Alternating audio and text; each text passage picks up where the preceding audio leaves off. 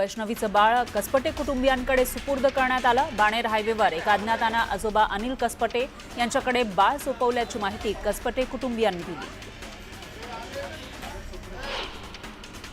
अगवणे कुटुंबातील मोठी सून मयुरीला सुद्धा मारहाण करण्यात आली होती। धीर शशांक आणि नणंदेकडून तिचा छळ करण्यात आला। या मारहाणीचे फोटो आणि व्हिडिओ समोर आले। वैष्णवी मृत्यू प्रकरणी कठोर कारवाई केली जाईल। या प्रकरणाची सखोल चौकशी केली जाईल असं आश्वासन मुख्यमंत्री फडणवीसांनी दिलं।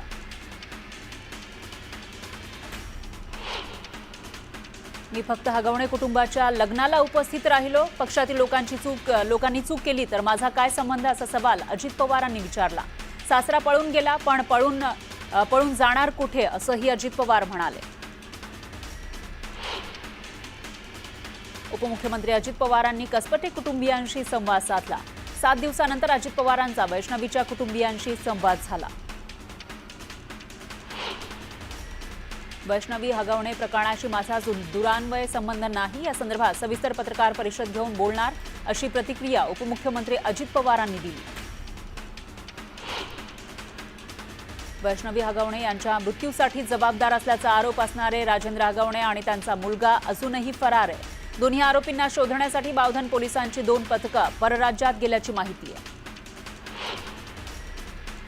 वैष्णवी हगवणेच्या मृत्यू प्रकरणामध्ये अंजली दमानिया यांनी खळबळजनक दावा केलाय।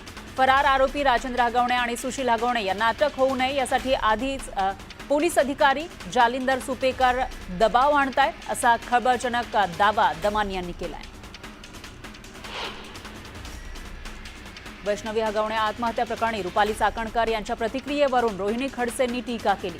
महिला आयोगाचा कारभार म्हणजे बराती मागचं घोडं। सत्तेतील सर्वच लोक आपला म्हणून हगवणेला वाचवतायत, त्यामुळे आरोपी सापडत नाही, त्याची पाठराखण केली जाते असा गंभीर आरोप रोहिणी खडसेंनी केला। वैष्णवीचे सासरे पक्षाचे पदाधिकारी नाहीत, गुन्हेगारांना आम्ही पाठीशी घालणार नाही असं आश्वासन राज्य महिला आयोगाच्या अध्यक्षा रुपाली चाकणकर यांनी दिले। वैष्णवी हगवणेच्या मृत्यू प्रकरणी जबाबदार असल्याचा आरोप असलेल्या राजेंद्र हगवणे आणि त्यांचा मुलगा सुशील हगवणे या दोघांचीही राष्ट्रवादीतून हकालपट्टी करण्यात आली आहे। दोघांनाही पक्ष सदस्य पदावरून बडतर्फ करण्यात आले। केवळ पक्षातून हकालपट्टी करून चालणार नाही तर दोन्ही आरोपींना तात्काळ अटक करून त्यांना कठोर शिक्षा द्या असं म्हणत मयत वैष्णवीच्या वडिलांनी अजित पवारांना साकडं घातलं। दर 6 महिन्यांनी पक्ष बदलून बेडूक उड्या मारणाऱ्या व्यक्तीवर किती विश्वास ठेवायचा असं म्हणत माजी आमदार अनिल गोटे यांनी अर्जुन खोतकरांवर जोरदार टीका केली। नुकतीच मंत्रिपदाची शपथ घेतलेले छगन भुजबळ यांचं शहापूर तालुक्यामध्ये जंगी स्वागत करण्यात आलं। ओबीसी महासंघातर्फे भुजबळांचं स्वागत करण्यात आलं। यावेळी मी मंत्री असो नसो ओबीसींच्या समस्या सोडवत राहणार असं वक्तव्य भुजबळांनी केलं। चाकण औद्योगिक वसाहतीमधील समस्या जाणून घेण्यासाठी चाकण इथं उद्योगमंत्री उदय सामंत यांच्या उपस्थितीमध्ये महत्त्वाची बैठक झाली। मात्र या बैठकीला पीएमआरडीए आयुक्त उपस्थित नसल्यानं उदय सामंत चांगलेच संतापले। सांगलीच्या मिरजेतील ऐतिहासिक असणारा वॉर्नलेस रुग्णालय पुन्हा सुरू होणार आहे।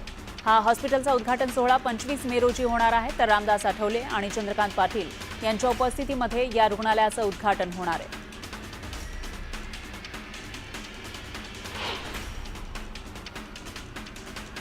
अकोल्यामध्ये काही दिवसांपासून पावसानं धुमाकूळ घातलेला आहे। तेजराव पाटील या शेतकऱ्याच्या शेतात काढणी करून ठेवलेला कांदा पावसामुळे खराब झाला। बुलढाणा जिल्ह्यामध्ये पावसानं शेतकऱ्यांचं अतोनात नुकसान झालं आहे। संबंधित कर्मचाऱ्यांना तात्काळ आदेश देऊन नुकसानीचे पंचनामे करून शासनामार्फत मदत करावी अशी मागणी शेतकऱ्यांनी तहसीलदारांकडे केली आहे। रत्नागिरीमध्ये सकाळपासून रिमझिम पाऊस सुरू आहे। पावसानं वातावरणात गारवा निर्माण झालाय। उकाड्यानं हैराण झालेल्या नागरिकांना दिलासा मिळाला। बीड जिल्ह्यामध्ये अवकाळीचा कहर सुरूच आहे। गेल्या 8 दिवसात पावसानं 50 हेक्टर क्षेत्रावरील पिकांचं नुकसान झालं, तर वीज पडून 4 जणांचा मृत्यू झाला। रत्नागिरी जिल्ह्याला सलग 3ऱ्या दिवशी पावसानं झोडपून काढलेला आहे। गेल्या 24 तासात रत्नागिरीमध्ये 43 मिलीमीटर पावसाची नोंद झाली। पावसामुळे दक्षिण सोलापूर तालुक्यातील आंबा पिकांचं मोठं नुकसान झालं आहे। मनगोळी गावात पावसामुळे एकाच शेतकऱ्याच्या 250 ते 300 केसर आंब्याच्या झाडांना फटका बसला। मुसळधार पावसाचा फटका मुंबई गोवा महामार्गालगत असलेल्या पावशी भेकटेवाडी इथल्या घरांना बसलाय। सर्व्हिस रोडवर गटार नाहीये, त्यामुळे पावसाचं पाणी महामार्गालगतच्या घरांमध्ये घुसून मोठ्या प्रमाणात नुकसान झालंय। बदलापुरात पावसानं चांगलं झोडपून काढलेलं आहे। मुसळधार पावसामुळे बदलापुरातील बाजारपेठेतील रस्ता पाण्याखाली गेला। बाजारपेठेतील नाले अरुंद आहेत, त्यामुळे नाल्यातील पाणी रस्त्यावर आलं आणि दुर्गंधी पसरली। या दुर्गंधीयुक्त पाण्यातून वाट काढावी लागल्यानं नागरिकांनी संताप व्यक्त केला। बुलढाण्याच्या धानोरा गावात वादळी वाऱ्यासह झालेल्या पावसाने एका घराची भिंत कोसळली। भिंत बाहेरच्या बाजूने कोसळली, त्यामुळे चव्हाण कुटुंबीय थोडक्यात बचावले। साताऱ्याच्या माण तालुक्यामध्ये दमदार पाऊस कोसळला। अचानक आलेल्या पावसाने शेतकऱ्यांची तारांबळ उडाली। शेतात मोठ्या प्रमाणावर पाणी साचलं। अकोल्यात मागील 8 दिवसांपासून पावसाने धुमाकूळ घातलेला आहे, त्यामुळे काही गावातील केळी बागांचं मोठ्या प्रमाणात नुकसान झालं, तर काही ठिकाणचा वीज पुरवठाही खंडित करण्यात आला। नाशिकच्या जिंदाल कंपनीमध्ये अग्नितांडव पाहायला मिळतंय।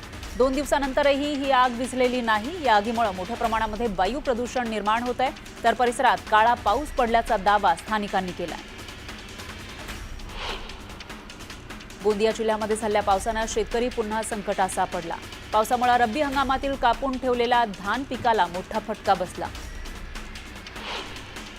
लोणावळ्यामध्ये पावसाचा जोर कायम आहे। मुसळधार पावसाने पर्यटकांना चांगलं झोडपून काढलं। परिसरात गारवा पसरलाय, त्यामुळे पर्यटकांसह नागरिकांना दिलासा मिळाला। बीड जिल्ह्याला पावसाने चांगलं झोडपून काढलंय। शेती पिकांसह फळबागांचं प्रचंड नुकसान झालंय। उन्हाळी बाजरी, कांदा पिकांचंही नुकसान झालं आहे, तर शेतातही पाणी साचलंय, त्यामुळे शेतकऱ्यांचं नुकसान झालंय। सांगलीच्या मिरजमध्ये मुसळधार पावसामुळे डॉक्टर बाबासाहेब आंबेडकर उद्यानाची दुरावस्था झाली आहे। उद्यानात पाणी साचून त्याला तलावाचं स्वरूप आलं। कोट्यावधींचा निधी पाण्यात वाहून गेल्यानं आयुक्तांच्या कार्यालयामध्ये निदर्शनं करण्याचा इशारा नागरिकांनी दिला। येवला शहरासोबत ग्रामीण भागामध्ये पावसाचा हाहाकार सुरूच आहे। पहाटेच्या सुमारास मान्सूनपूर्व पावसानं हजेरी लावली, तर पावसानं शेतकऱ्यांनी खळ्यात साठवून ठेवलेला कांदा वाहून गेला आहे, त्यामुळे शेतकऱ्यांचं प्रचंड नुकसान झालंय। अहिल्यानगर MIDC मधील एका कारखान्यातून सीना नदीपात्रामध्ये सोडण्यात आलेल्या घातक आणि विषारी रसायनामुळे मोठ्या प्रमाणावर मासे मृत्युमुखी पडले।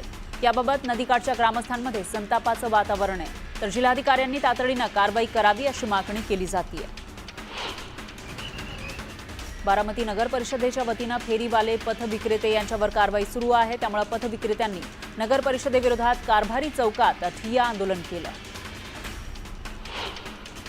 सोन्याच्या भावात सातत्यानं वाढ होतीये। मागील 8 दिवसांमध्ये सोन्याच्या दरात 4000ची वाढ झाली आहे। सोन्याचा भाव GSTसह 98,800 रुपयांवर गेला, तर चांदीचा भाव GSTसह 1,03,000वर गेलाय। माऊलींच्या पालखी सोहळ्यासाठी पुणे पोलीस सज्ज झालेत। शहरात पालखीचं आगमन झालेलं आहे। शहरात पालखीचं आगमन, प्रस्थान सोहळ्याला होणारी गर्दी विचारात घेऊन पालखी सोहळ्यात बंदोबस्त वाढवला जाणार आहे। अकोला जिल्ह्यामध्ये ड्रोन, एअरक्राफ्ट, पॅराग्लायडर आदी साधनं वापरण्यास बंदी घालण्यात आली आहे। सार्वजनिक शांतता आणि सुरक्षितता राखण्याच्या दृष्टीनं हा निर्णय घेण्यात आलाय। हे आदेश 3 जूनपर्यंत लागू राहणार आहे। सांगलीतील शिराळा तालुक्यातील अंतरी बुद्रुक इथं विषबाधा झाल्यानं 9 दुभत्या गायींचा मृत्यू झालाय। 17 पैकी 8 गायी गाभण असल्यानं त्यांना वेगळं पशुखाद्य दिलंय, त्यामुळे त्या सुरक्षित आहेत। शेतकऱ्यांना नुकसान भरपाई द्यावी अशी मागणी केली आहे। पुण्यातील गोयल-गंगा सिंहगड रस्त्यावर पाण्याची पाईपलाईन फुटली, त्यामुळे हजारो लिटर पाणी वाया गेलं। नागपूर जिल्ह्यातील वल्नी रेती घाटावर तलाठ्यांच्या गाडीची तोडफोड करण्यात आली। 2 वाहनांची तोडफोड केल्यानं अज्ञाताविरोधात गुन्हा दाखल करण्यात आला। चंद्रपूर जिल्ह्यामध्ये वाघाच्या हल्ल्यात एका व्यक्तीचा मृत्यू झालाय, तर त्याचा पुतण्या गंभीर जखमी झाला आणि मागील 13 दिवसात वाघाच्या हल्ल्यात 9 जणांचा मृत्यू झाला, तर 2 जण गंभीर जखमी झाले। आदिशक्ती मुक्ताबाईंच्या 728व्या अंतर्धान समाधी सोहळ्यानिमित्त संत मुक्ताबाई मंदिरात महापूजा आणि आरती करण्यात आली। यावेळी 1 क्विंटल आणि 20 किलो आंब्याची आरास तयार करण्यात आली। पूर्णा नदीवरील पुलाच्या कामासाठी ठेकेदाराकडून मुरूम टाकण्यात आलं. मात्र पावसाळ्यापूर्वी धरणाच्या पाणलोट क्षेत्रामध्ये टाकलेला मुरूम हटवण्याची नोटीस पाटबंधारे विभागानं संबंधित विभागाला दिली. ऑपरेशन सिंदूर नंतर रॉचे अधिकारी बीड जिल्ह्यात आले. केंद्र सरकारनं अंतर्गत सुरक्षेचा आढावा घेण्यास सुरुवात केली आहे. मराठवाड्यामध्ये संभाजीनगर, बीड, परभणीतील व्यक्तींना यापूर्वी दहशतवादी कारवायांच्या गुन्ह्यात अटक झाल्यानं रॉचे अधिकारी तपास करत आहेत. पावसाळा सुरू होताच मिरजमध्ये नालेसफाईचं काम युद्ध पातळीवर सुरू झालंय. नाल्यावर अतिक्रमण करणाऱ्यांना महापालिका प्रशासनानं नोटिसा बजावल्यात. राज्य सरकारनं यंत्रमाग उद्योगासाठी लागू केलेल्या अतिरिक्त वाढीव वीज सवलतीचा मालेगावातील व्यापाऱ्यांना फायदा झालाय. 3.5 लाख यंत्रमाग उद्योगांना महिन्याकाठी 7 कोटींचा लाभ झाला. त्यामुळे मंदीच्या विळख्यात सापडलेल्या पॉवरलूम उद्योगाला मोठा दिलासा मिळाला. अरबी समुद्रात कमी दाबाचा पट्टा निर्माण झाल्यानं सिंधुदुर्गात मासेमारी बंद करण्यात आली आहे. हंगाम संपण्यापूर्वीच मासेमारी बंद करण्यात आली आहे. त्यामुळे व्यावसायिकांचं मोठं नुकसान होत आहे. वादळी वाऱ्यासह पावसाच्या इशाऱ्यामुळे जिल्ह्यातील हजारो मासेमारी नौका बंदरात दाखल झाल्या आहेत. त्यामुळे मासेमारी हंगाम संपण्यापूर्वीच बोटी किनाऱ्यावर आल्यानं मच्छीमारी हंगाम तोट्यात जाण्याची शक्यता आहे. यानंतर एक ब्रेकिंग न्यूज आहे. किश्तवाडमधील चकमकीमध्ये भारतीय जवान शहीद झाल्याची माहिती आहे. जम्मू काश्मीरमध्ये चकमक झाली होती. महाराष्ट्रातील रहिवासी संदीप गायकर हे किश्तवाडमधील चकमकीमध्ये शहीद झाल्याची माहिती समोर येते. किश्तवाडमध्ये अजूनही एन्काउंटर सुरू आहे. तर किश्तवाडमध्ये सुरू असलेल्या चकमकीत भारतीय लष्कराचे जवान जे महाराष्ट्राचे रहिवासी आहेत आणि ते जम्मू काश्मीरमध्ये ड्युटीवर होते तिथं ते शहीद झाल्याची माहिती समोर येते. संदीप गायकर असं त्यांचं नाव आहे. संदीप गायकर फक्त 9 महिने 15 दिवसांपूर्वीच सैन्यात भरती झाले होते. महाराष्ट्रातील रहिवासी असलेल्या संदीप गायकर यांचे काही महिन्यांपूर्वीच लग्न झालं होतं. किश्तवाडमध्ये अजूनही एन्काउंटर सुरू असल्याची माहिती समोर येते. यानंतर